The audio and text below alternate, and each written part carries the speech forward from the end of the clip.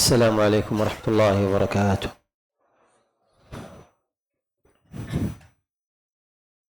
الحمد لله، وأشهد أن لا إله إلا الله وحده لا شريك له،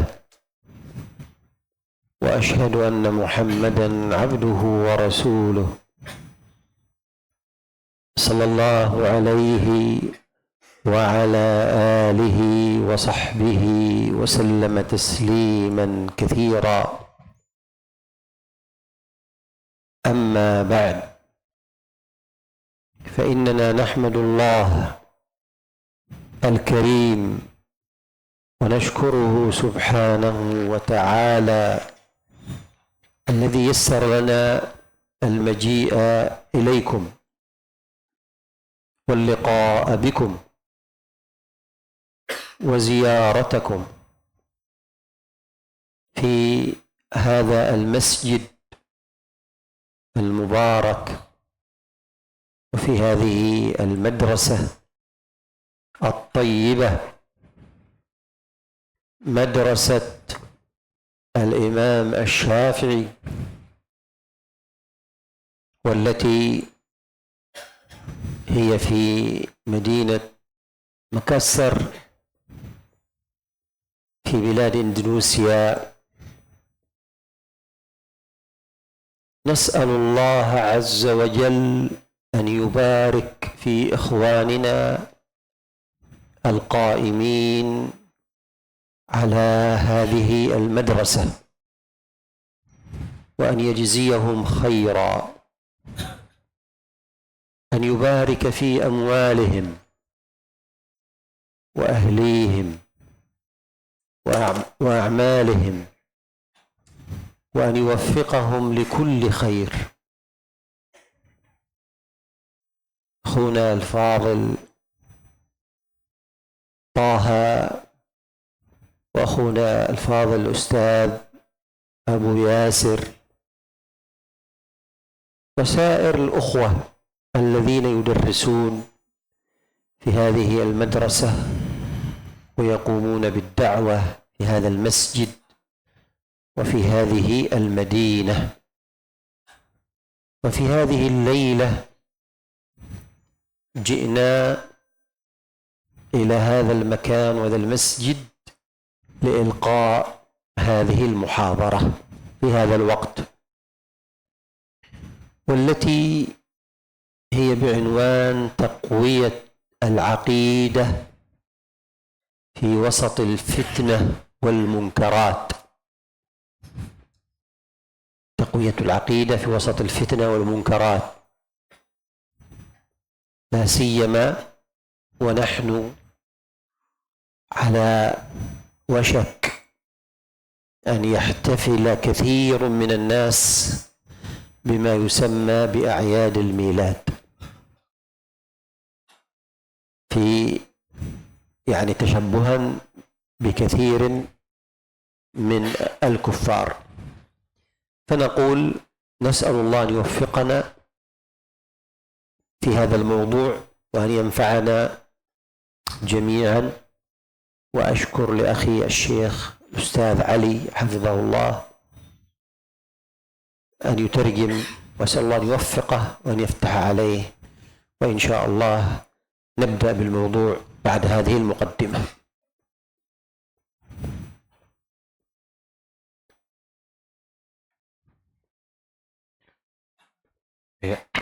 Setelah beliau hafizahullah ta'ala mengucapkan salam kepada kita sekalian, beliau muji Allah subhanahu wa ta'ala dan tidak ada sesembahan yang berhak disembah selain Allah subhanahu wa ta'ala semata. Tiada sekutu baginya, dan aku bersaksi bahwa Muhammad sallallahu alaihi wa alihi wasallam adalah hamba dan utusannya. Semoga salawat dan salam senantiasa tercurah kepada beliau, kepada keluarganya, dan kepada para sahabatnya dengan salam yang sebanyak-banyaknya. Selanjutnya beliau mengatakan, amma ba'du, sesungguhnya kami memuji Allah yang maha mulia dan bersyukur kepadanya subhanahu wa ta'ala yang telah memudahkan kami untuk datang kepada kalian, bertemu dengan kalian, dan mengunjungi kalian di masjid yang diberkahi ini, serta di sekolah yang baik ini, yaitu sekolah Imam Syafi'i yang berada di kota Makassar di negeri Indonesia. Kami memohon kepada Allah Azza wa Jalla agar memberkahi saudara-saudara kami yang mengelola sekolah ini dan membalas mereka dengan kebaikan serta memberkahi harta mereka, keluarga dan amal-amal mereka, serta memberikan taufik kepada mereka untuk setiap kebaikan. Terlebih lagi kepada saudara kami yang mulia Al-Akhtaha dan saudara kami yang mulia Abu Yazid serta seluruh saudara-saudara yang mengajar di sekolah ini dan yang berdakwah di masjid ini, di kota ini. Maka pada malam hari ini kami datang ke tempat ini, ke masjid yang mulia ini, untuk menyampaikan sebuah kajian, untuk menyampaikan kajian dengan judul menguatkan akidah di tengah fitnah dan kemungkaran. Menguatkan akidah di tengah fitnah dan kemungkaran. Terlebih lagi ketika kita berada di ambang waktu di mana banyak orang yang merayakan apa yang disebut dengan perayaan atau perayaan atau Natal, ya, sebagai bentuk penyerupaan terhadap orang-orang kafir. Maka kami memohon kepada Allah Jalla wa'ala agar memberikan taufik kepada kami dalam pembahasan ini dan menjadikan kami semua sebagai orang-orang yang mendapatkan manfaat darinya. Dan saya berterima kasih kepada saudara saya Syekh atau Ustadz Adi, semoga Allah menjaganya, yang akan menerjemahkan. Saya mohon kepada Allah Tabaraka wa Ta'ala agar memberinya taufik dan melapangkan pemahamannya. وإننا إذ نتكلم عن هذا الموضوع عند أن نتكلم فيه، وذلك لأهميته. لماذا نتكلم في هذا الموضوع؟ نتكلم فيه لأهميته. هو موضوع مهم جدا، لأن الفتن تكثر، فتن الشهوات وفتن الشبهات، فلا بد من تقوية العقيدة لمواجهة الفتن. لا بد من تقوية العقيدة لمواجهة الفتن، وهذا يكون أولا بالعلم، ويكون بالعبادة، بالعلم والعبادة. إذا كثر العلم سواء عند الشخص أو في منطقة أو في بلدة، كثر الخير. إذا كثر العلم في منطقة أو عند شخص في بلدة كثر الخير، فتذهب الفتن، تذهب الفتن. وإذا قل العلم كثر الجهل فتكثر الفتن. إذا قل العلم كثر الجهل فتكثر الفتن. لذلك قال عليه الصلاة والسلام كما في حديث أبي هريرة رضي الله عنه،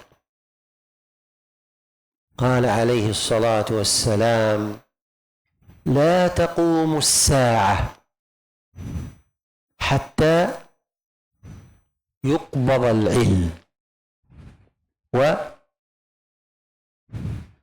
وتكثر الفتن. انظر، لا تقوم الساعة حتى يقبض العلم ويظهر الجهل، هكذا في الرواية: يقبض العلم ويظهر الجهل وتكثر الفتن. هذا في الصحيحين من حديث أبي هريرة. لا بد أن نفهم هذا الحديث. لا تقوم الساعة حتى يقبض العلم، يرفع. فإذا قبض العلم قال العلماء ما بعد قبض العلم آثار مترتبة على قبضه. المذكور في الحديث لا تقوم الساعة حتى يقبض العلم، فما جاء بعده فهي آثار مترتبة على قبض العلم: ظهور الجهل ويظهر الجهل وتكثر الفتن ويكثر الهرج. الهرج يعني القتل. فإذا قبض العلم ظهر الجهل وظهرت الفتن والعياذ بالله. إذا لابد من علم نواجه به الفتن. فتقوية العقيدة لا تكون إلا بالعلم والعبادة. هذا ما يتعلق بالعلم كمقدمة فقط، وسنذكر أيضا ما يتعلق بالعبادة. هذا ما يتعلق بالعلم كمقدمة فقط، وسنذكر ما يتعلق بالعبادة أيضا، ثم نذكر بعض الأمثلة إن شاء الله. نعم.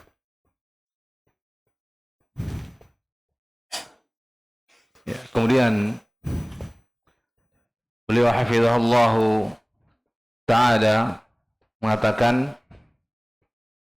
insyaallah pada pertemuan kali ini kita berbicara dengan tema atau membicarakan tema yaitu tentang urgensi untuk menguatkan akidah kita di tengah-tengah fitnah dan kemungkaran. Maka beliau mengatakan, berbicara dengan tema ini karena hal ini merupakan perkara yang sangat penting. Sebab fitnah-fitnah semakin banyak, baik itu fitnah syahwat maupun fitnah syubhat. Oleh karena itu, akidah harus diperkuat untuk menghadapi fitnah. Akidah harus diperkuat untuk menghadapi fitnah. Hal itu yang harus dilakukan pertama kali, yaitu dengan ilmu dan dengan ibadah. Dengan ilmu dan ibadah, apabila ilmu bertambah, maka seseorang akan semakin baik akidahnya. Kemudian beliau mengatakan, apabila ilmu bertambah, pada diri seseorang di sebuah daerah ataupun di sebuah negeri, maka kebaikan pun akan semakin banyak. Jika ilmu tersebar di suatu daerah atau di suatu negeri, maka kebaikan juga akan semakin bertambah dan fitnah-fitnah akan semakin sirna. Sebaliknya, jika ilmu berkurang, maka kebodohan akan semakin banyak dan akibatnya fitnah pun semakin banyak. Oleh karena itu, Rasulullah sallallahu alaihi wasallam bersabda, sebagaimana dalam hadis yang diriwayatkan oleh sahabat Abu Hurairah radhiyallahu taala anhu, Rasulullah sallallahu alaihi wasallam menyatakan, la taqumus sa'ah hatta yuqbadul ilm wa takthurul fitn. Kata beliau sallallahu alaihi wasallam, tidak akan terjadi hari kiamat hingga ilmu dicabut dan fitnah semakin banyak. Dalam riwayat yang lain disebutkan bahwa ilmu dicabut, kebodohan semakin nampak, kebodohan semakin nyata, dan fitnah semakin banyak. Hadis ini terdapat dalam As-Sahihain. Hadis ini terdapat dalam As-Sahihain dari sahabat Abi Hurairah radhiyallahu ta'ala anhu. Maka dari hadis ini kita bisa memahami dengan baik sabda Rasulullah sallallahu alaihi wasallam yang berbunyi, tidak akan terjadi hari kiamat hingga ilmu dicabut. Maksudnya ilmu diangkat. Para ulama menjelaskan bahwa setelah dicabutnya ilmu akan muncul berbagai dampak yang merupakan konsekuensi dari dicabutnya ilmu tersebut. Di antaranya adalah munculnya kebodohan. Banyaknya fitnah, dan banyaknya al-haraj, yaitu pembunuhan. Maka apabila ilmu dicabut, kebodohan akan semakin tampak. Fitnah akan bermunculan, na'udzubillah. Oleh karena itu, kita membutuhkan ilmu untuk menghadapi fitnah. Menguatkan akidah tidak akan terwujud kecuali dengan ilmu dan bekal yang benar. Ini adalah pembahasan yang berkaitan dengan ilmu sebagai pengantar saja. Dan insyaallah ta'ala kita juga akan menyebutkan pembahasan yang berkaitan dengan ibadah. Kemudian akan disebutkan pula beberapa contoh-contoh. لأن الفتن كما قلنا فتن شهوات وفتن شبهات. فتن الشهوات تواجه بإيمان بدين قوي وعمل صالح. فتن الشهوات تواجه بالإيمان القوي والعمل الصالح. وفتن الشبهات تواجه بالعلم النافع. فتن الشبهات التشكيك، الأفكار المنحرفة، الأهواء، البدع، تواجه بالعلم النافع. فلا بد من هذين الأمرين لتقوية العقيدة في مواجهة الفتن. لابد من هذين الأمرين في تقوية العقيدة لمواجهة الفتن. عمل صالح وعلم نافع. عمل صالح وعلم نافع، وهذا كقول الله تعالى: هو الذي أرسل رسوله بالهدى ودين الحق ليظهره على الدين كله. هذه الآية وأمثالها فيها ذكر أمرين: الهدى ودين الحق. الهدى هو العلم النافع، ودين الحق هو العمل الصالح. فبالعلم النافع والعمل الصالح ينجو العبد من الفتن وتقوى عقيدته، فلا يكون عاملا بغير علم كالنصارى.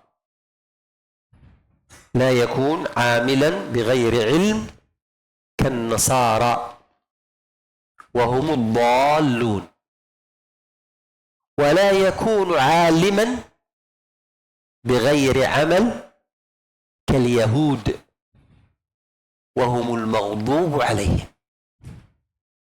لا يكون عالما بغير عمل كاليهود، عندهم علم ولكن لا عمل. مثل الذين حملوا التوراة ثم لم يحملوها كمثل الحمار يحمل أسفارا. حمار وفوق ظهره كتب لا ينتفع منها والعياذ بالله.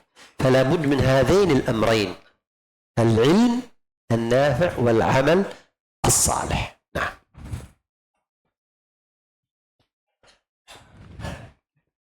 Selanjutnya, Asy-Syaikh Hafizahullah Ta'ala mengatakan, karena fitnah ini sebagaimana telah kita sebutkan, fitnah itu terbagi menjadi dua.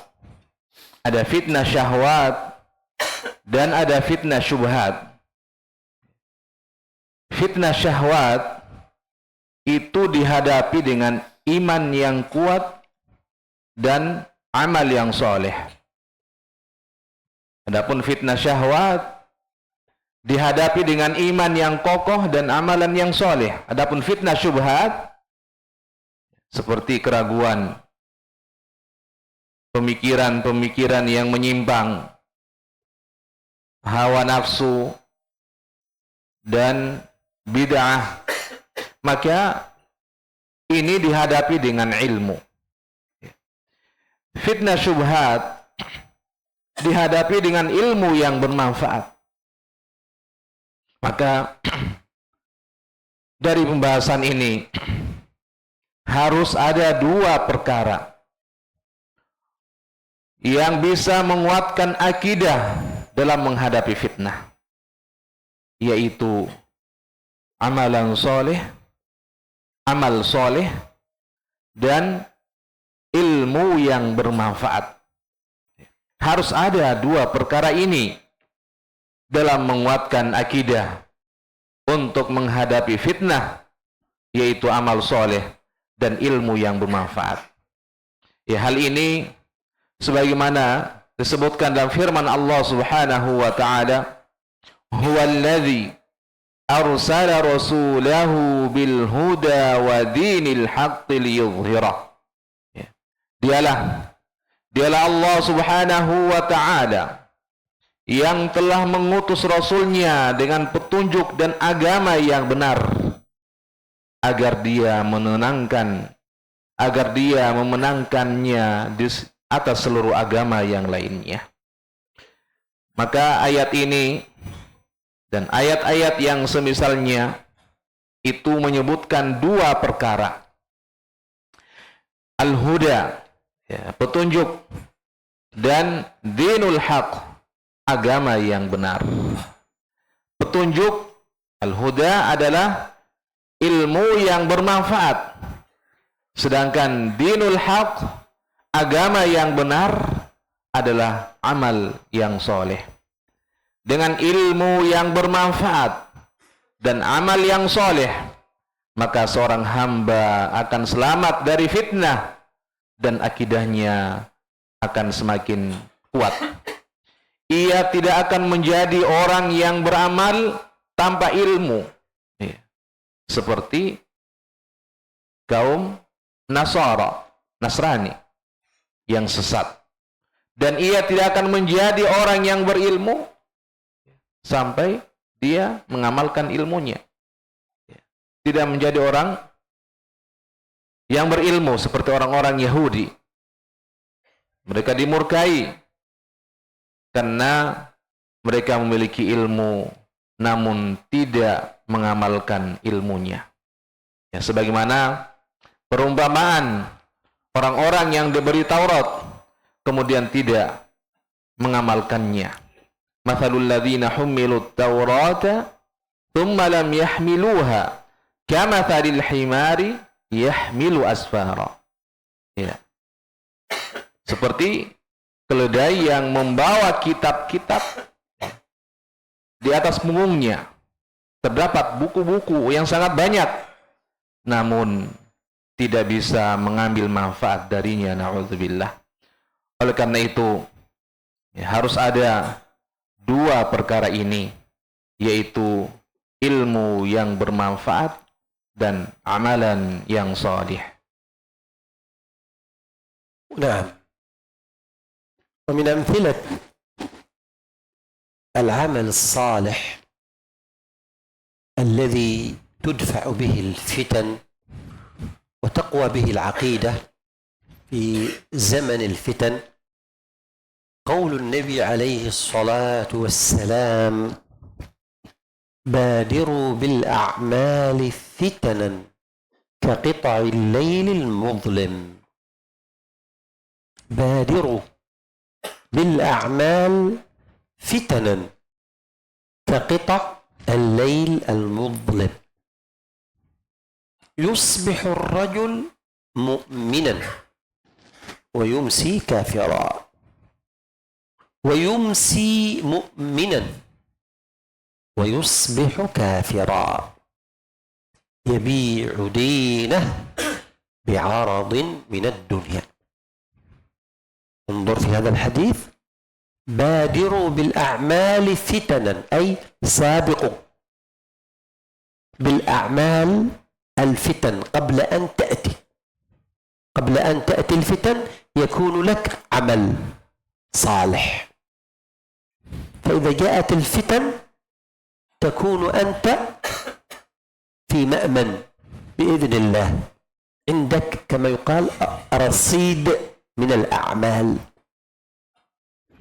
وإلا هذه الفتن كقطع الليل المظلم. انظر، الليل يحيط بك، الليل يعم القرية أو المدينة أو البلدة، فهي فتن قد تكون عامة. من ينجو منها؟ ينجو منها من عنده عمل صالح. قد ذكرنا العلم وأيضا العمل، ما ينفع العلم وحده، وأيضا العمل. الليل كيف تمشي فيه إذا ما عندك ضوء، ما عندك نور؟ ما تبصر في الليل، ظلام، وهذه الفتنة ظلام. والنور بالعلم والعمل. في هذا الحديث: بادروا بالأعمال فتنا، سابقوا بالأعمال فتنا. هذه الفتن خطيرة إلى درجة أن الرجل في الليل يكون مؤمنا يتعرض لفتن فتن فتن، إذا به يصبح كافرا في الصبح في أقل من يوم، وفي الصبح في الصباح يكون مؤمنا، وما يأتي عليه المساء إلا وقد كفر لشدة الفتن. لكن الذي عنده أعمال وعلم إن شاء الله ينجو بإذن الله سبحانه وتعالى. وهناك أمثلة سنذكرها أيضا إن شاء الله بعد التوضيح. نعم. Selanjutnya kata beliau hafizahullah ta'ala, di antara contoh daripada amalan soleh yang bisa menolak fitnah dan dengannya akidah ini semakin kuat, seperti sabda Rasulullah sallallahu alaihi wasallam yang disebutkan dalam hadis Abi Hurairah radhiyallahu taala anhu. Beliau mengatakan, badiru bil a'mal, badiru bil a'mali fitanan. Bersegeralah kalian untuk melakukan amalan-amalan saleh sebelum fitnah itu datang. Yang mana fitnah itu datang kaqita'il laili muzlim, seperti potongan malam yang sangat gelap gulita. Yusbihur rajulu mu'minan wa yumsi kafiran.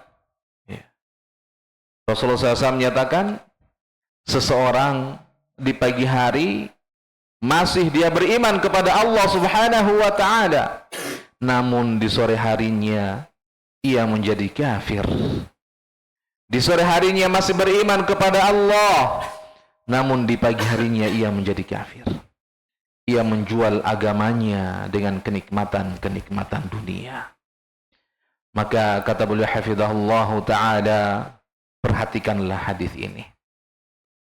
Badiru bil a'mal, bersegeralah kalian untuk beramal. Maksudnya adalah berlomba-lomba dan saling mendahului dengan amalan-amalan soleh sebelum fitnah itu datang. Sebelum fitnah itu datang, hendaklah engkau telah memiliki amalan soleh. Jika fitnah telah datang, maka dengan izin Allah Jalla wa'ala, engkau berada dalam keadaan yang aman, karena engkau memiliki sebagaimana yang dikatakan, yaitu memiliki amalan, tabungan amalan yang sangat banyak. Sebab fitnah itu disebutkan dalam hadis ini diibaratkan seperti potongan malam yang sangat gelap gulita. Perhatikan malam. Kita perhatikan di malam hari, suasana di malam hari yang sangat gelap gulita. Ia menyelimuti, menutupi sebuah kampung, menutupi sebuah kota atau negeri, dan fitnah itu bisa bersifat umum. Siapa yang selamat darinya, maka ia selamat. Kenapa? Karena ia memiliki amalan soleh. Amalan soleh yang disertai dengan ilmu. Sebab ilmu itu, kalau cuma ilmu saja, maka kata beliau itu tidak cukup. Ya. Nanti dengan amalan baru dikatakan berilmu. Kemudian beliau hafizahullah ta'ala mengatakan di sini, di malam hari, di keadaan malam, ya, kita berjalan tanpa cahaya, tanpa penerangan, ya, kita tidak akan mampu. Kita tidak akan mampu melangkah dengan benar, dikarenakan kegelapan yang sangat luar biasa. Demikian pula fitnah. Demikian pula fitnah dan pemikiran-pemikiran yang menyimpang, yaitu kegelapan. Ya, maka cahayanya adalah ilmu dan amalan. Dalam hadis Nabi sallallahu alaihi wasallam yang menyebutkan badiru bil a'mal bersegeralah kalian beramal sebelum datang fitnah-fitnah. Ya, fitnah-fitnah itu sangat berbahaya. Sampai-sampai seseorang di malam hari ia masih beriman kepada Allah Subhanahu wa taala. Ternyata di pagi harinya ia menjadi kafir kepada Allah wal iyad billah. Dalam waktu yang sangat singkat. Di pagi hari ia masih beriman, namun belum datang sore ia sudah menjadi kafir kepada Allah. Kenapa? Karena dahsyatnya fitnah yang datang kepadanya. Namun orang yang memiliki amalan, dan ilmu yang bermanfaat, orang yang memiliki amal dan ilmu yang bermanfaat, insyaallah ta'ala ia akan selamat dengan izin Allah Subhanahu wa ta'ala. Kemudian selanjutnya beliau mengatakan, masih banyak contoh-contoh yang lain yang kami akan sebutkan insyaallah ta'ala setelah penjelasan berikut ini. وفي حديث أم سلمة رضي الله عنها وهي زوجة النبي صلى الله عليه وسلم أن النبي صلى الله عليه وسلم استيقظ ذات ليلة، استيقظ أي قام من النوم فاستيقظ فزعا عليه الصلاة والسلام، فقال سبحان الله ماذا أنزل الليلة من الخزائن وماذا أنزل من الفتنة، في روايات الفتن، يعني يعظم ما أنزل من الخزائن من الأرزاق والأموال، وماذا أنزل من الفتن. من يوقظ صواحب الحجرات كي يصلين من أجل الصلاة، فرب كاسية أو يا رب كاسية في الدنيا عارية يوم القيامة، أو عارية في الآخرة، كما في صحيح البخاري. هذا الحديث فيه إخبار بنزول الفتن. فماذا أراد النبي صلى الله عليه وسلم؟ أراد من أزواجه أن يقمن للصلاة، صلاة الليل. نستفيد كما ذكر العلماء أن العبادة تنجي العبد من الفتن، تنجي العبد من الفتن، لأن العقيدة تقوى، تتقوى العقيدة ولا يفتن بمال. لأن انظر، نزل خزائن ونزل فتن، فلا يفتن إذا كان عنده عبادة وعلم تقوى عقيدته. فتن النساء، فتن المال، فتن الجاه، إذا كان عقيدته قوية وعمله صالحا ينجو بإذن الله من الفتن.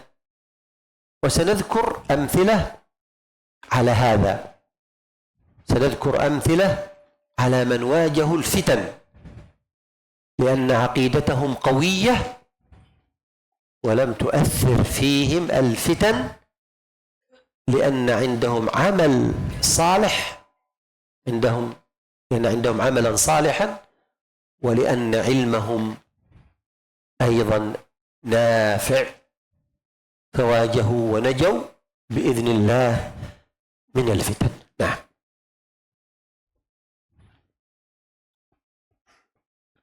Selanjutnya kata beliau hafizahullah ta'ala, dan di antara contoh amalan salih seperti yang disebutkan dalam hadis Ummu Salamah radhiyallahu ta'ala anha.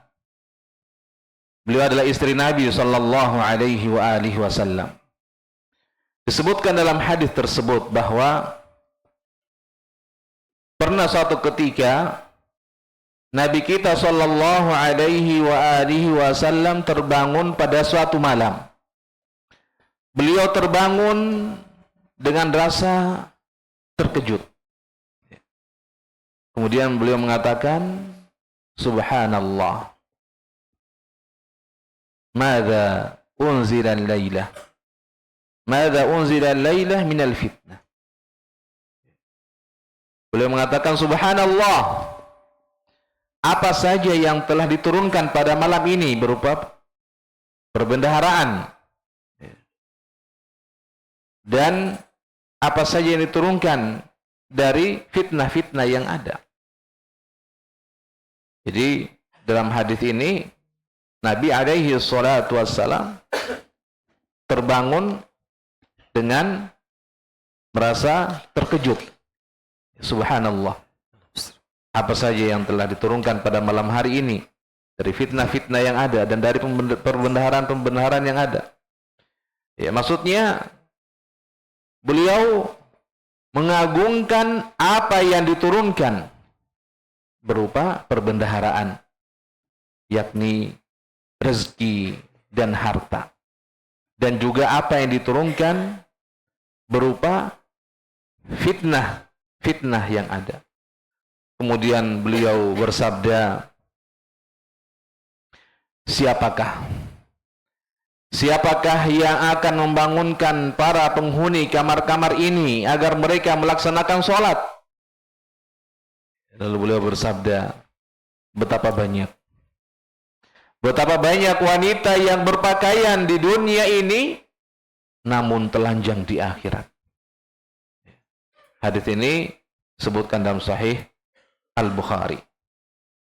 Kemudian beliau Hafizahullah Ta'ala menyatakan hadis ini mengandung kabar tentang turunnya fitnah-fitnah. Maka apa yang diinginkan oleh Nabi kita sallallahu alaihi wasallam, di sini beliau menginginkan agar beliau bisa membangunkan istri-istrinya untuk melaksanakan ibadah salat di malam hari. Maka selanjutnya kata beliau hafizahullah, dari hadis ini kita bisa mengambil faedah bahwa para ulama menyebutkan ibadah bisa menyelamatkan seorang hamba dari fitnah. Ibadah bisa menyelamatkan seorang hamba dari fitnah. Kenapa? Karena dengannya akidah menjadi kuat.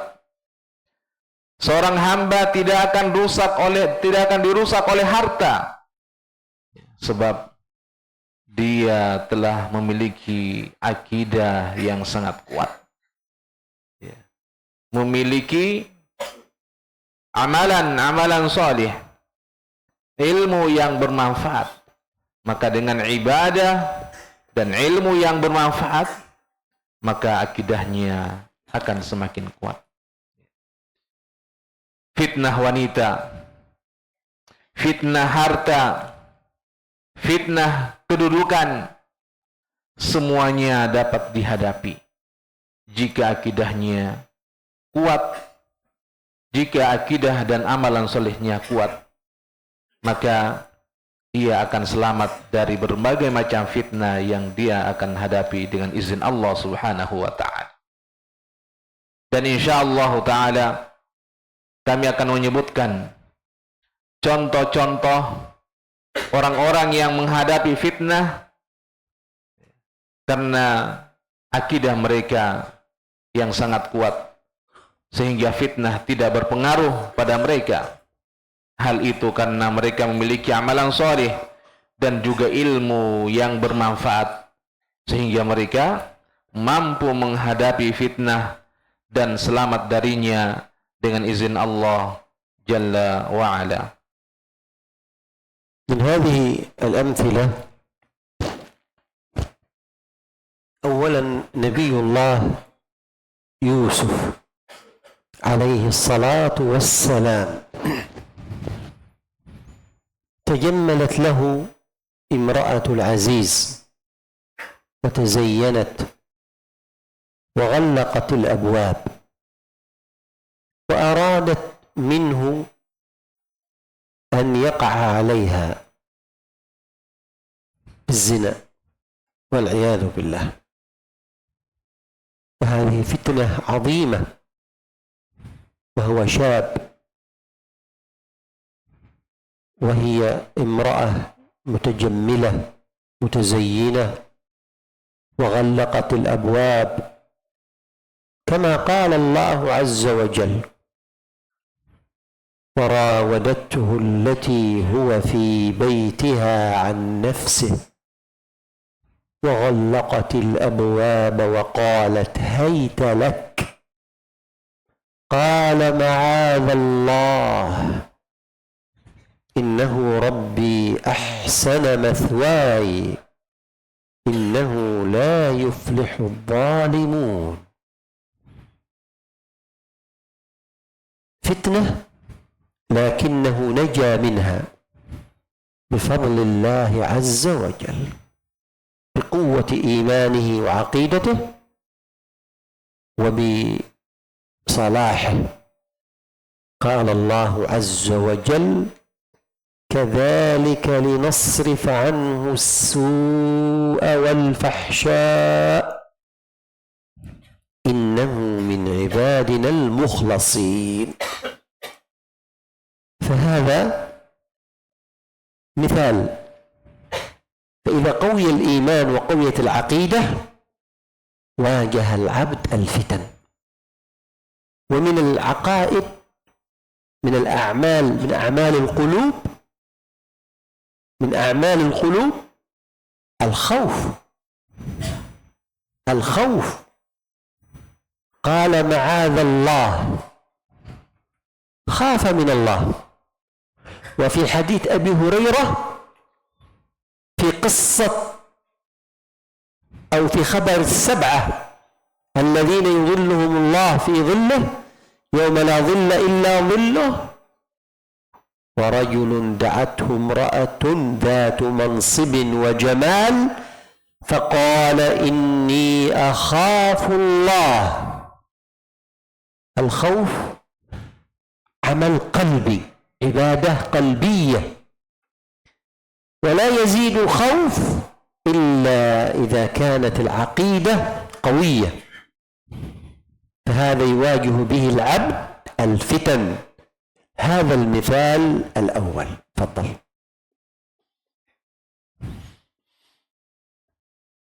Ya, selanjutnya kata beliau hafizahullahu ta'ala, di antara contoh-contoh tentang hal ini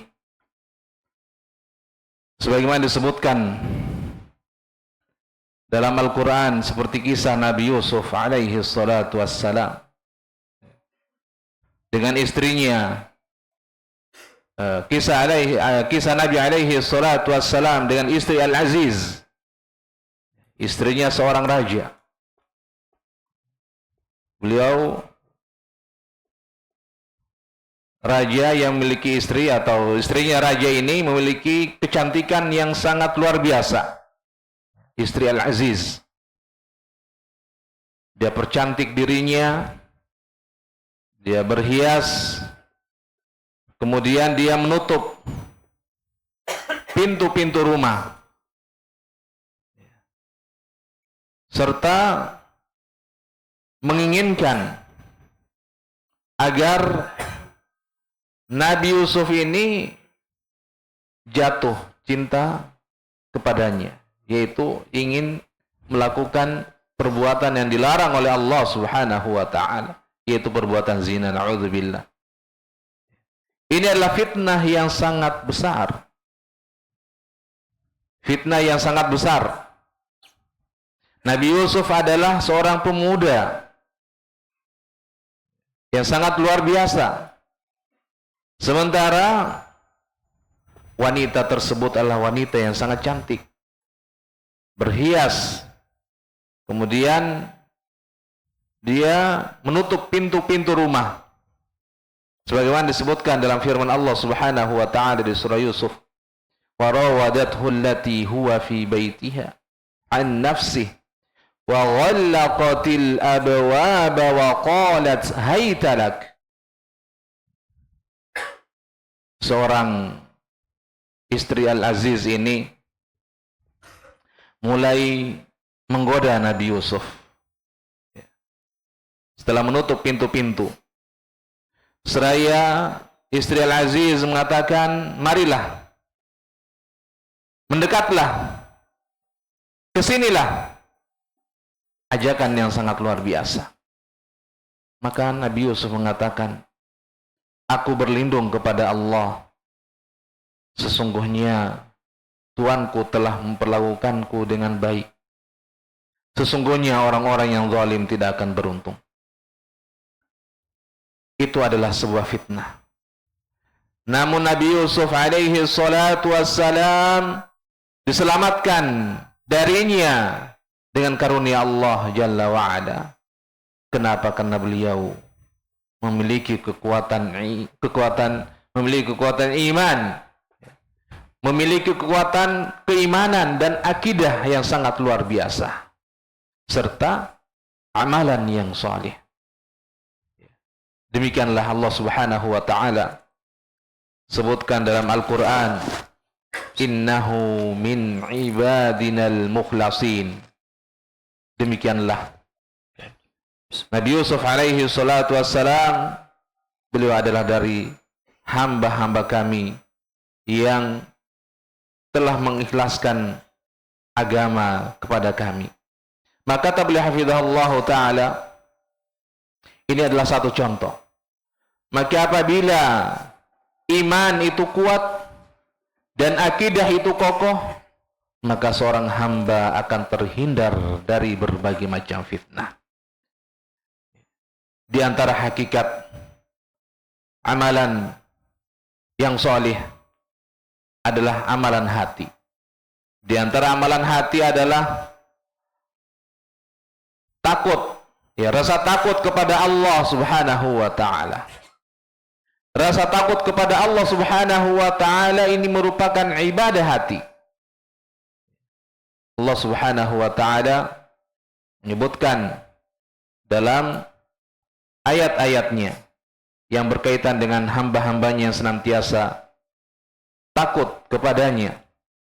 Demikian pula Nabi alaihi salatu wassalam telah menyebutkan dalam hadisnya yang diriwayatkan oleh sahabat Abi Hurairah radhiyallahu taala anhu tentang 7 golongan yang akan mendapatkan naungan Allah Subhanahu wa taala di hari kemudian. Yauma la dhilla illa dhillu. Tidak ada naungan kecuali hanya naungan dari Allah Subhanahu wa taala. Maka disebutkan dari 7 golongan tersebut, diantaranya adalah seorang lelaki yang diajak oleh seorang wanita yang memiliki kedudukan dan kecantikan yang sangat luar biasa. Lalu ia mengatakan, sesungguhnya inni akhafullah, sesungguhnya aku takut hanya kepada Allah Subhanahu wa taala. Maka rasa takut inilah yang bersumber dari hati yang sangat dalam dan ibadah hati yang sangat luar biasa. Ya, rasa takut kepada Allah tidak akan bertambah kecuali apabila akidah seorang semakin kuat. Maka dengan inilah seorang hamba bisa menghadapi berbagai macam fitnah yang datang kepadanya. وكذلك فتنة من نوع آخر تواجه بقوة العقيدة بالعلم، وقد قصها الله عز وجل علينا، وهي عند أن خرج قارون على قومه في زينته. خرج في زينته، يعني خرج ومعه خدم ومعه مراكب، موكب كبير في زينة وجمال وحلي وثياب تفتن الناظرين ممن ليس عندهم علم وعندهم قوة عقيدة. فقال الذين يريدون الحياة الدنيا وزينتها يا ليت لنا مثل ما أوتي قارون، كما قص الله علينا. قال سبحانه وتعالى فخرج على قومه في زينته قال الذين يريدون الحياة الدنيا يا ليت لنا مثل ما أوتي قارون. قال الذين يريدون الحياة الدنيا يا ليت لنا مثل ما أوتي قارون إنه لذو حظ عظيم. هؤلاء ليس عندهم علم، لكن العلماء قالوا كما أخبر الله عز وجل عنهم وقال الذين أوتوا العلم ويلكم ثواب الله خير لمن آمن وعمل صالحا ولا يلقاها إلا الصابرون. هؤلاء واجهوا الفتنة بالعلم، فما كانت النتيجة؟ خسف الله عز وجل بقارون بهذه الزينة التي عليه الأرض. فندم الجهال وحمدوا وشكروا للعلماء. هذا باختصار. وبقي أيضا فتنة سنبينها إن شاء الله بعد هذا التوضيح إن كان هناك وقت. تفضل.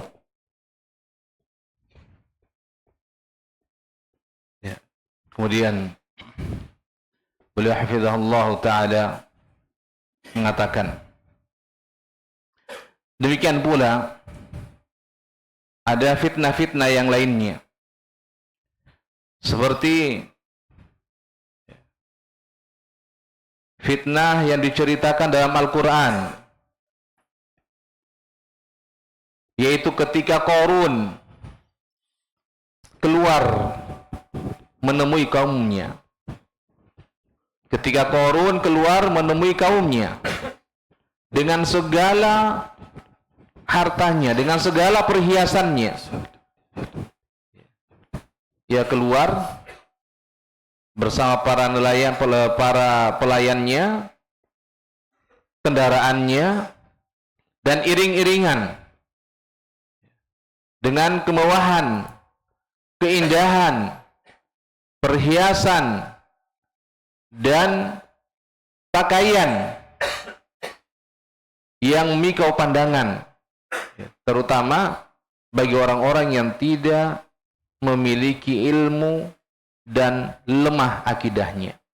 Maka orang-orang yang menginginkan kehidupan dunia dan perhiasannya, mereka mengatakan, wahai, seandainya kami memiliki seperti apa yang telah diberikan kepada Qarun,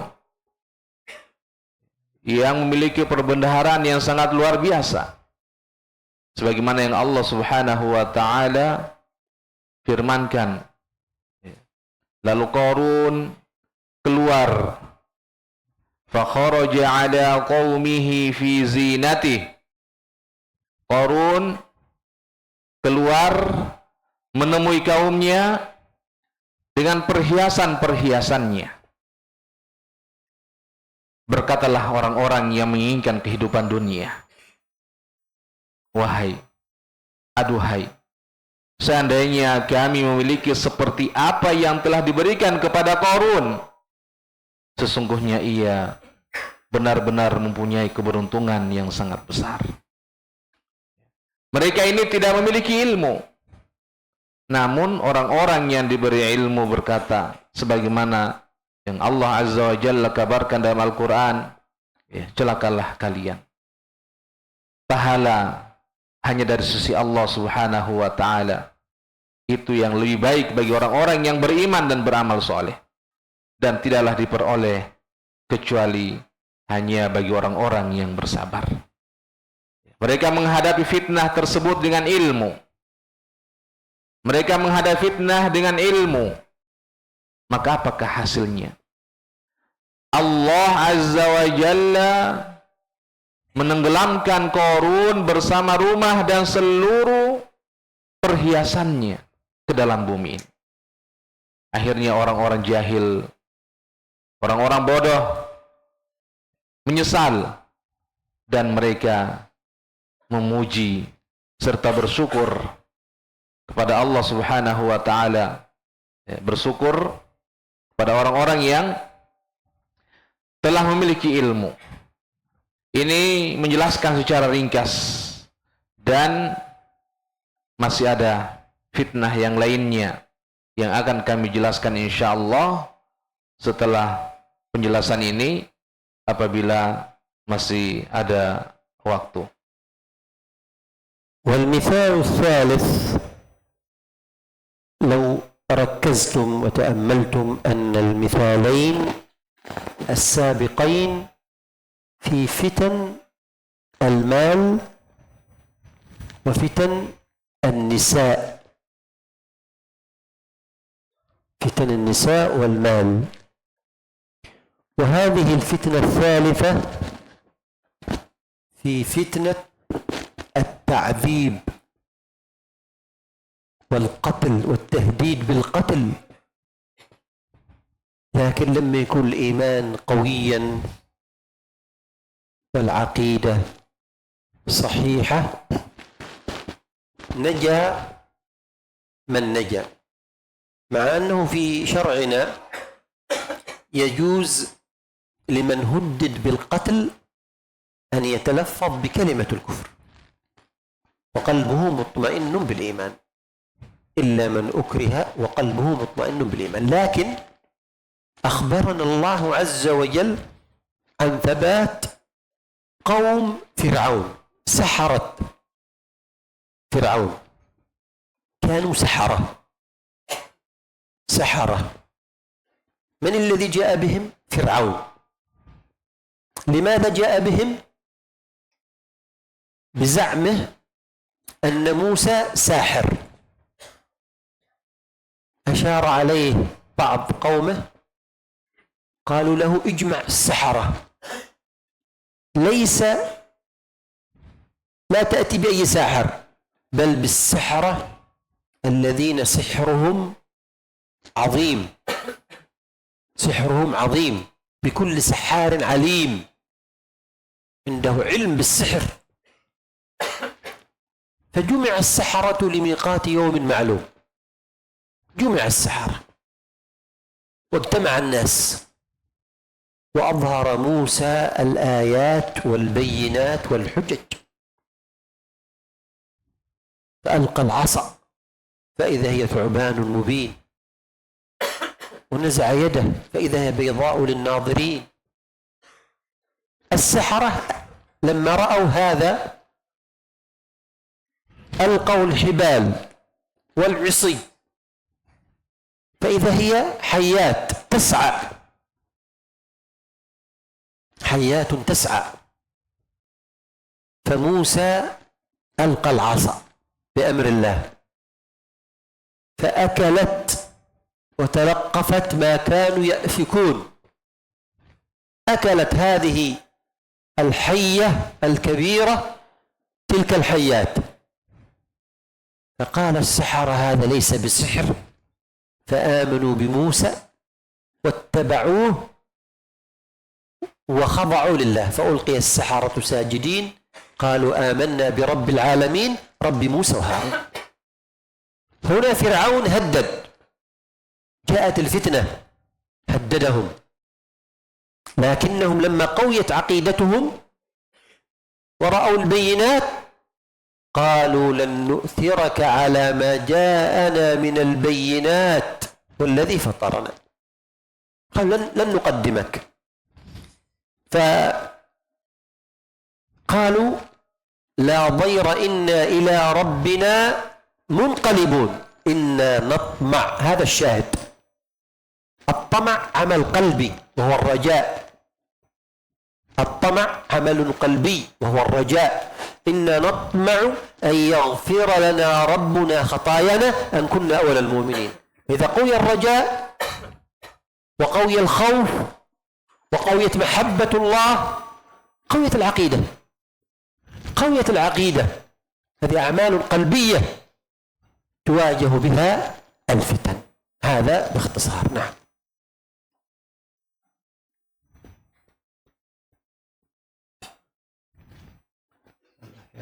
بعد الأذان؟ الأخير. بعد الأذان ولا ما في بعد الأذان؟ بعد الأذان. طيب. Ya, kemudian selanjutnya kata beliau hafizahullah ta'ala, contoh yang ketiga, jika kalian perhatikan dan renungkan dua contoh sebelumnya yang berkaitan dengan fitnah harta dan fitnah wanita. Adapun contoh yang ketiga ini berkaitan dengan fitnah penyiksaan, pembunuhan, dan ancaman. Disebutkan dalam Al-Quran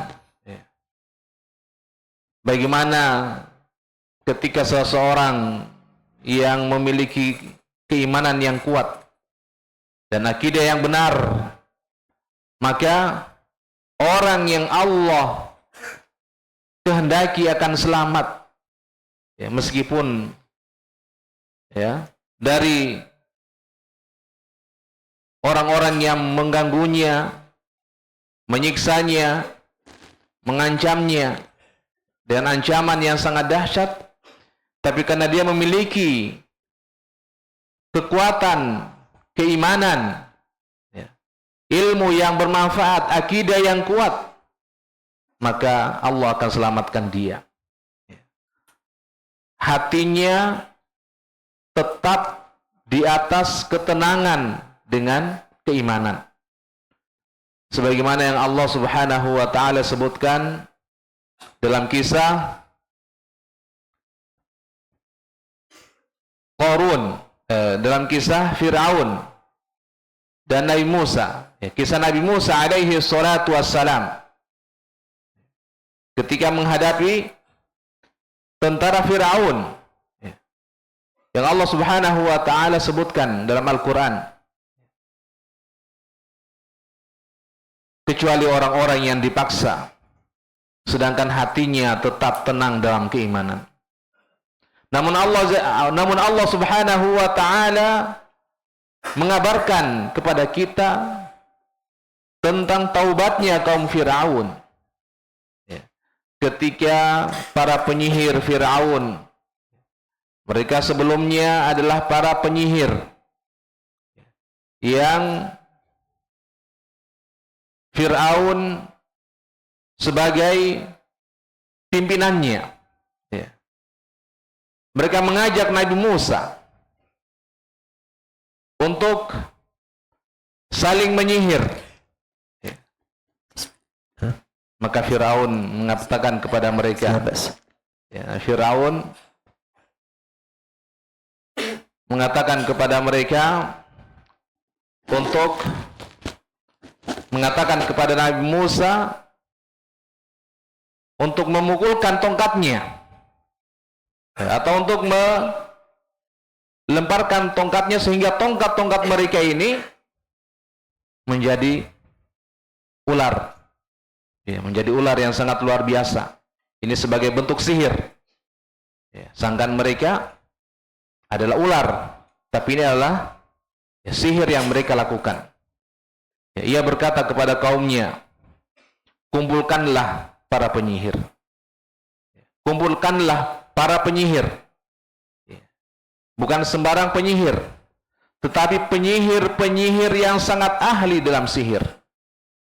Maka dikumpulkanlah para penyihir pada hari yang telah ditentukan. Dan manusia pun berkumpul. Musa alaihi salatu wassalam mulailah menampakkan ayat-ayat dan bukti-bukti serta hujah yang sangat kuat. Ia melemparkan tongkatnya, maka tiba-tiba tongkatnya tersebut menjadi ular yang sangat nyata. ia mengeluarkan tangannya, maka menjadi cahaya yang sangat putih bagi orang-orang yang melihat. Ya, para penyihir pun melemparkan tali-tali dan tongkat-tongkat mereka, maka tampak seolah-olah menjadi ular yang merayap. Kemudian Musa melemparkan tongkatnya atas perintah Allah Subhanahu wa taala. Maka tongkat tersebut menelan dan melahap apa yang mereka perdayakan. Ular besar itu menelan semua tipu daya mereka. Para penyihir pun mengetahui bahwa ini bukan sihir. Lalu mereka beriman kepada Nabi Musa, mengikutinya dan tunduk kepada Allah Jalla wa'ala. Maka para penyihir pun bersungkur sujud di hadapan Nabi Musa seraya mengatakan, kami beriman kepada Rabb seluruh alam. Disinilah Fir'aun mengancam. Ya, disinilah Fir'aun mengancam mereka. Datanglah fitnah. Ia mengancam dengan siksaan dan pembunuhan. Namun ketika akidah mereka telah kuat dan mereka telah melihat bukti-bukti yang sangat nyata, mereka mengatakan, kami tidak akan mengutamakan engkau atas bukti-bukti yang telah datang kepada kami dan atas Rabb kami yang telah menciptakan kami. Maka putuskanlah apa yang hendak engkau putuskan. Mereka juga mengatakan dalam Al-Quran, sesungguhnya kami akan kembali kepada Rabb kami. Kami berharap agar Rabb kami mengampuni kesalahan-kesalahan kami. Ya, kata kami berharap itu menunjukkan adalah amalan hati, yaitu harapan atau roja kepada Allah Subhanahu wa taala. Harapan ini merupakan amalan soleh, amalan hati. Inilah kuatnya akidah dan amalan-amalan hati yang dengannya mereka bisa menghadapi fitnah yang sangat dahsyat ini.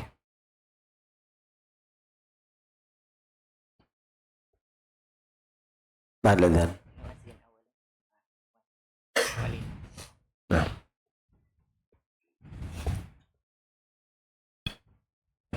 Insyaallah kita azan dulu, kemudian setelah azan insyaallah dilanjutkan sedikit, kata Syekh.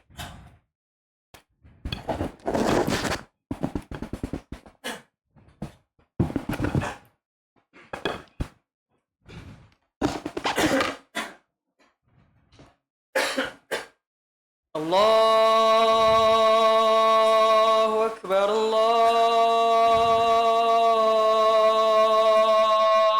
Akbar.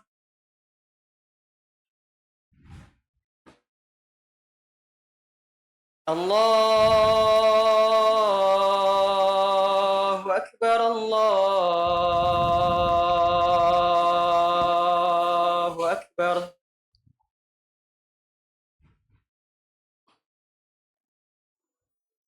Asyhadu an la ilaha illallah.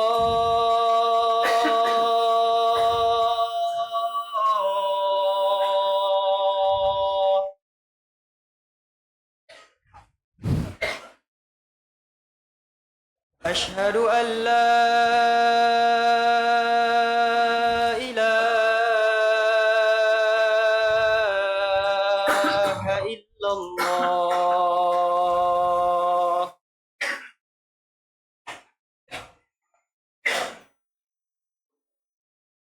Asyhadu anna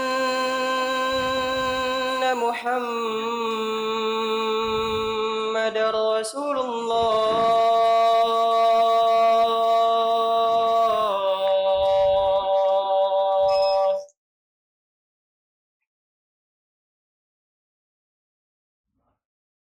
Asyhadu anna Muhammadar Rasulullah.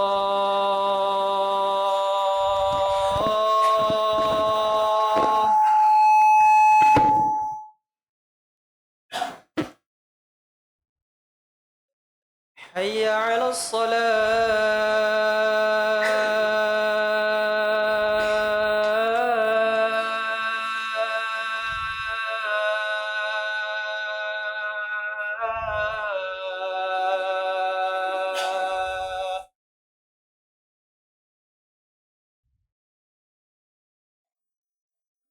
حي على الصلاة.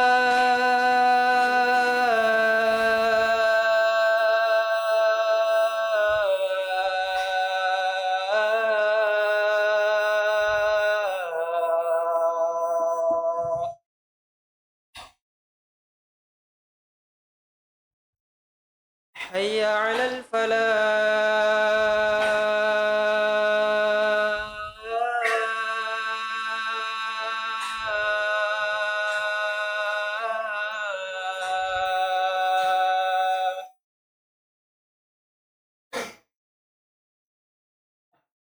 حي على الفلاح.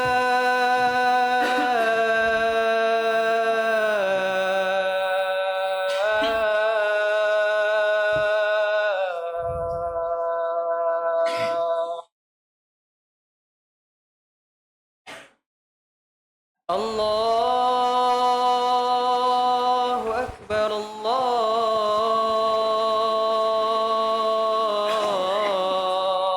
الله أكبر. لا إله إلا الله.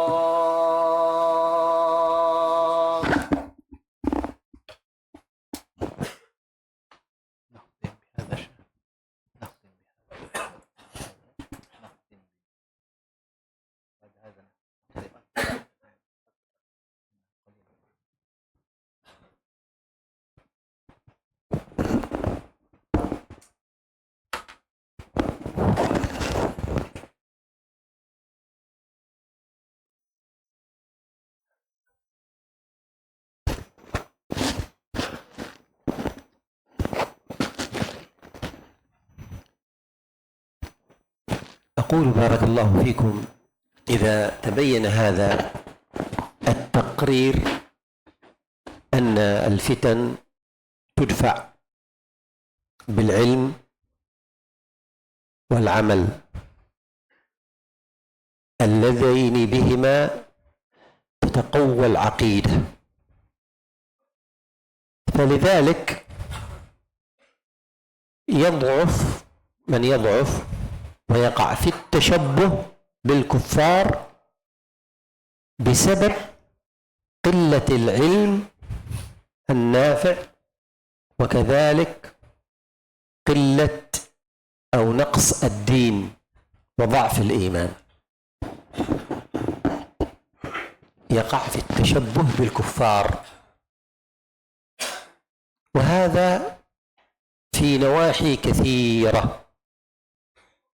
وقد قال عليه الصلاة والسلام: ومن تشبه بقوم فهو منهم، كما في حديث ابن عمر: ومن تشبه بقوم فهو منهم. كما قال شيخ الإسلام ابن تيمية رحمه الله: هذا الحديث أقل أحواله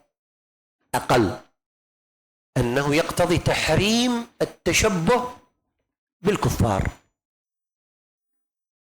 أقل أحواله. فالنبي صلى الله عليه وسلم قد ذكر في أحاديث تحريم التشبه بالكفار، وذكر أن كثيرا من أبناء الأمة سيتشبه بالكفار وسيقلد ويمشي وراء الكفار، وراء اليهود والنصارى. قال عليه الصلاة والسلام كما في حديث أبي سعيد الخدري: لتتبعن سنن من كان قبلكم، أي طريق، شبرا بشبر وذراعا بذراع،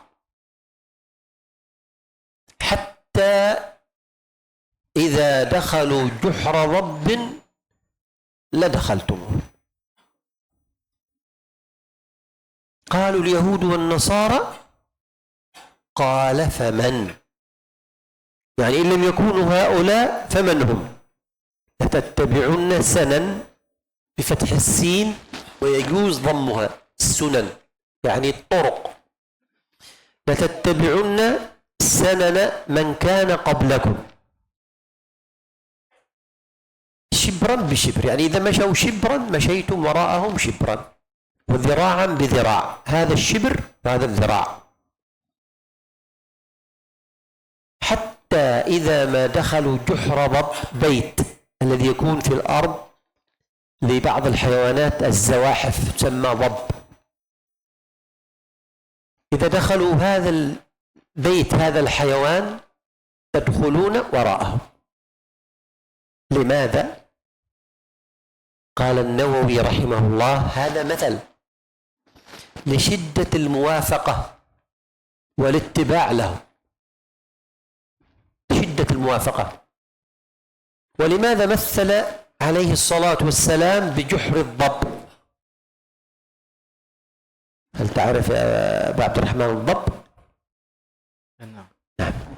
نقل تبين لهم لماذا مثل النبي صلى الله عليه وسلم بالضب وبجحر الضب؟ قال العلماء لأنه ضيق وملتوي ومنتن، رائحته منتنة، يعني تتشبهون بهم حتى في أمور ضيقة ليس فيها خير لكم، وتتشبهون بهم في أمور فيها التواءات وتعب ليس فيها سهولة عليكم، وتتشبهون بهم في أمور منتنة ليست طيبة لكم، تتشبهون بهم. لذلك انظر إلى نساء كثير من المسلمين متبرجات، هذا التبرج من أين جاءنا؟ من الكفار. تبرج، إلقاء للحجاب من فوق الرأس، وإظهار للصدور، وربما السيقان، وربما حتى إلى الفخذ والعياذ بالله. من أين جاء هذا؟ والله أمر في كتابه بالحجاب: يا أيها النبي قل لأزواجك وبناتك ونساء المؤمنين يدنين عليهن من جلابيبهن ذلك أدنى يعرفن فلا يؤذين. من أين جاء التبرج؟ من الكفار. من أين جاءتنا الأعياد المبتدعة؟ من الكفار. النبي صلى الله عليه وسلم لما دخل المدينة ولهم يومان يلعبون فيهما، فقال: ما هذا؟ قالوا: يومان نلعب فيهما. قال: قد أبدلكم الله بخير منهما يوم الفطر ويوم الأضحى. وقال عليه الصلاة والسلام: هذان عيدنا. أهل الإسلام، هذان عيدنا، أهل الإسلام الذين هم الفطر والأضحى. فلذلك ينتبه المسلم أن يتشبه بالكفار. وبعض المسلمين مثلا فيما يسمى يعني حفل الكريسماس ورأس السنة وكذا يحتفل في بيته كأن الأمر يهمه، ليس له ذلك، ليس له ذلك، ولا يهمك هذا. ينتبه المسلم، من كان عنده علم سيفهم بإذن الله سبحانه وتعالى. النبي صلى الله عليه وسلم كان ينهى عن مشابهة الكفار حتى في الصلاة.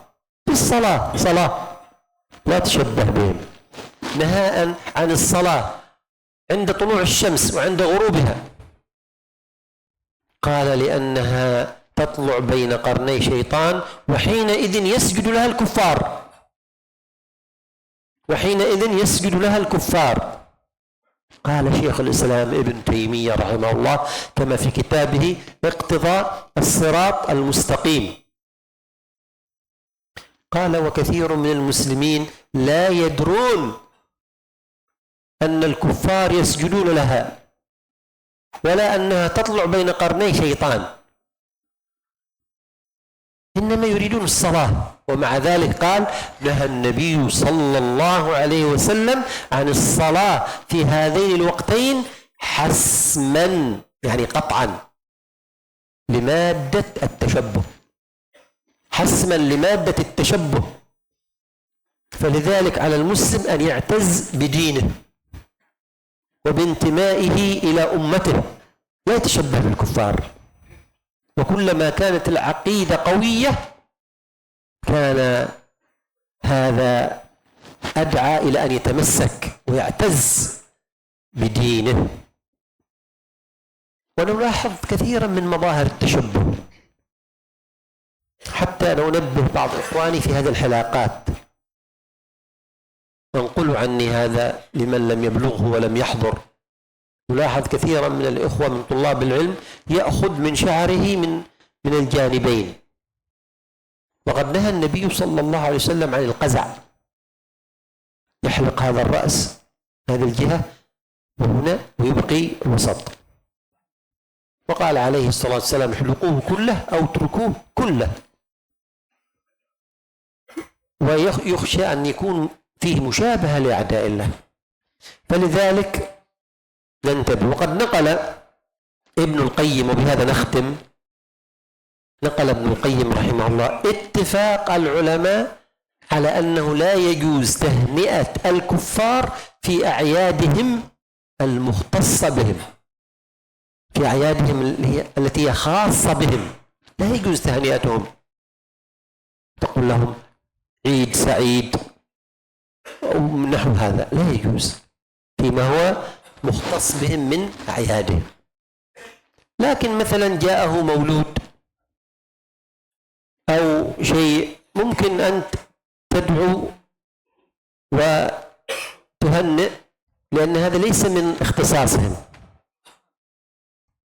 ولا بأس بمعاملتهم المعاملة الطيبة، لا بأس حتى بالهدية لهم، لا بأس حتى بإكرامهم تأليفا لقلوبهم للإسلام، معاملة بالتي أحسن.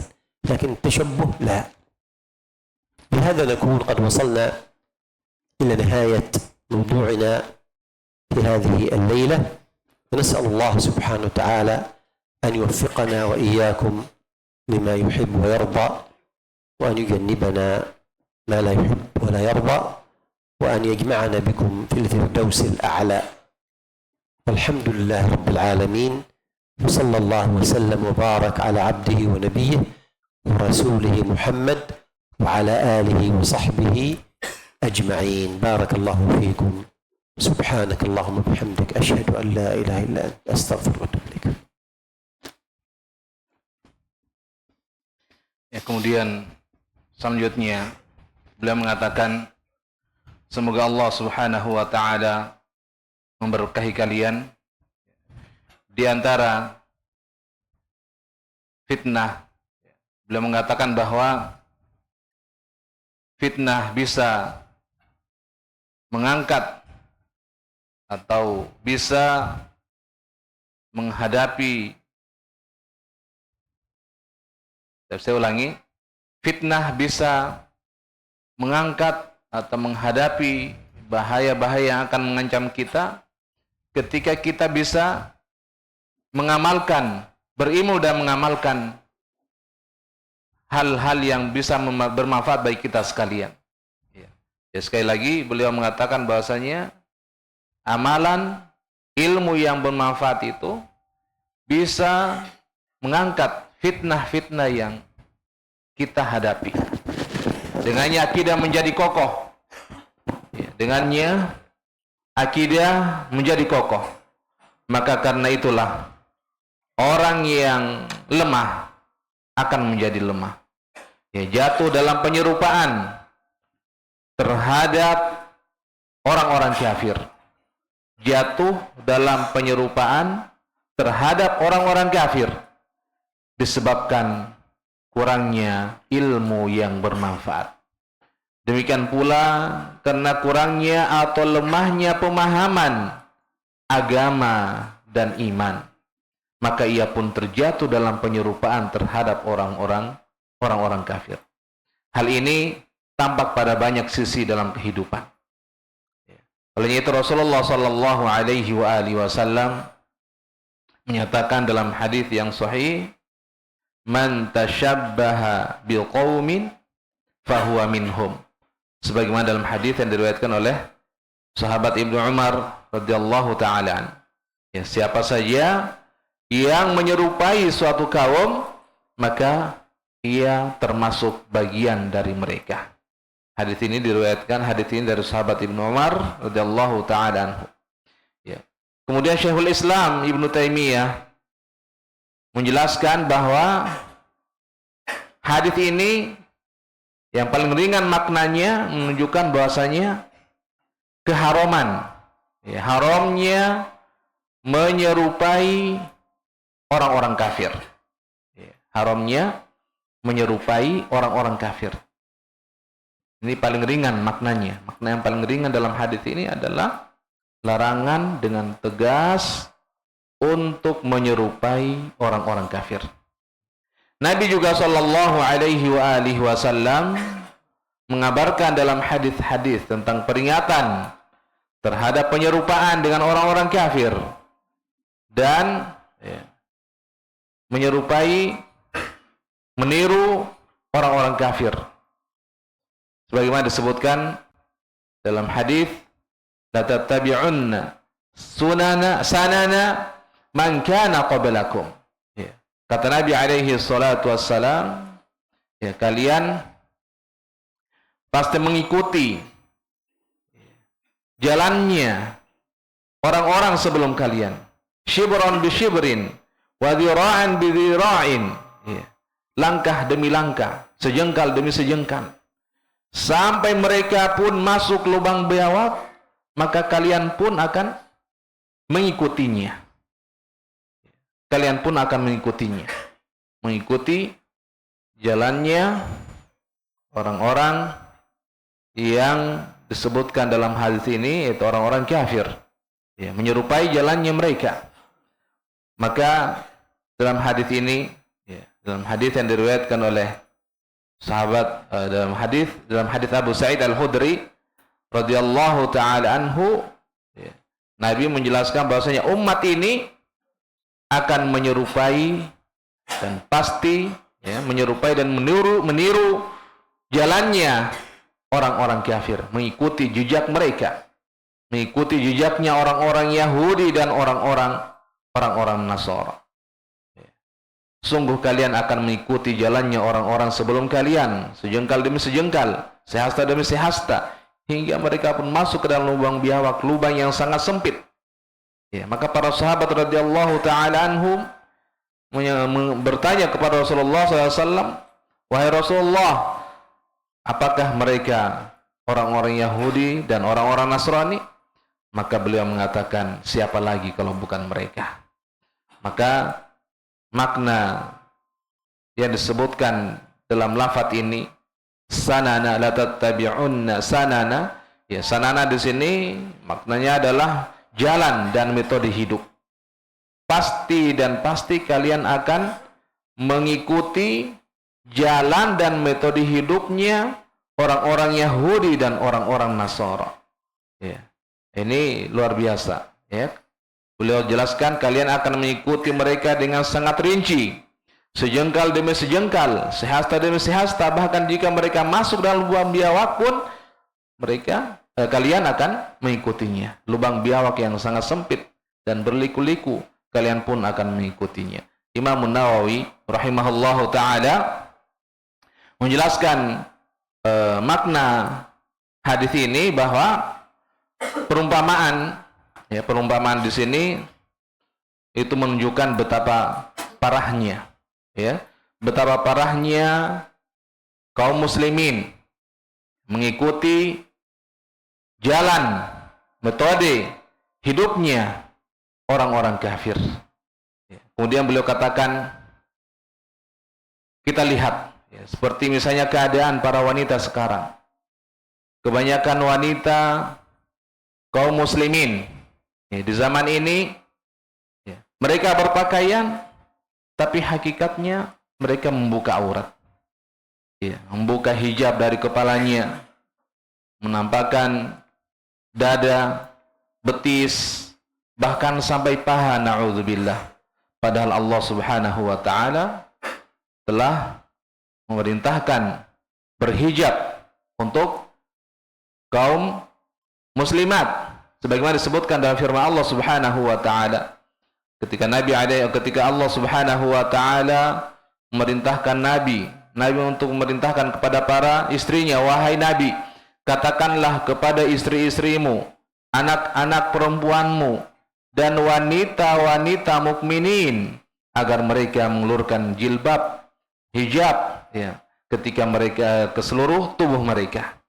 Maka di sini ya, disebutkan bahwasanya ayat ini jelas ya bagaimana Allah Subhanahu wa taala memerintahkan kepada wanita mukminat untuk selalu menjaga diri dengan tidak menyerupai ya wanita di zaman jahiliyah. Demikian pula kata beliau hafizahullah taala, menyerupai dalam perayaan ya, perayaan-perayaan.